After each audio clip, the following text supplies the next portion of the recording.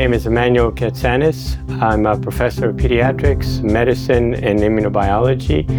I love being with the patients, being with the families. It's intense, but it's also very rewarding because the majority of patients survive. I'm often called, while I'm up in the lab or in my office, oh, guess who's down here? And they send me a picture and it's one of my patients 7 years later. Sometimes I don't even recognize them and I run down to see them and they were 5 or 3 years old when I treated them, and they're teenagers now, but they still remember, and you get a great big hug. And in my professional lifetime, I've seen significant progress. Back in 1987, when I started my training in hematology oncology, I would say that, only about 2/3 of the patients survive. And now if you look at 1 year overall survival, and this is national data that is published, and we have over 90% survival at 1 year. Pediatric transplant program has grown significantly. It was as low as 10 transplants in 2010, and last year we did 31.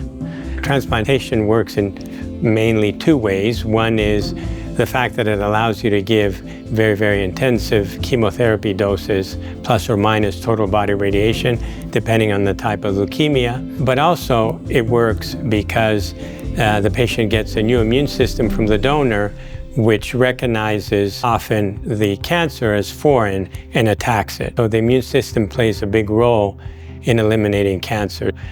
We had a difficult time finding donors, so in 2014, I said we really need to apply haploidentical transplantation here, and we started the program. And as I mentioned, we're only a moderate-sized program, but we have one of the largest experience in pediatrics in having performed haploidentical transplants. And for example, if you're Hispanic, the chances of finding an unrelated donor are around 37%. If you're African American, it's less than 20%, and all very successful, to the point that even though they're harder transplants, when you look at the overall outcomes, they're almost comparable to what we see with matched siblings.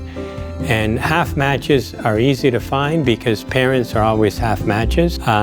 So each child gets half from each parent. So you can use either the father or the mother, depending. So it's a combination of all the therapies that we have available. Why? Back in the days in the late 80s, most of the oncologists laughed at people that were doing tumor immunology research, saying that the immune system is there to fight infections, not cancer. And the field now has totally shifted that, most of the progress in the last, decade in terms of cancer in adults and also in pediatrics have been the new immunotherapies that have come out. In pediatrics, cell therapies like CAR T cells have been impactful, not perfect. So I tend to use CAR T cells in patients that relapse because it does not have a lot of lasting toxicities. It gets patients into solid remission, and since the results are only 55% cure, and with transplant you often can get up to 80% cure, I use it as a bridge to get patients into a solid remission and then follow up with transplantation. That's very rewarding, but at the same time, being a physician scientist, for me, knowing that you can impact their lives by doing research.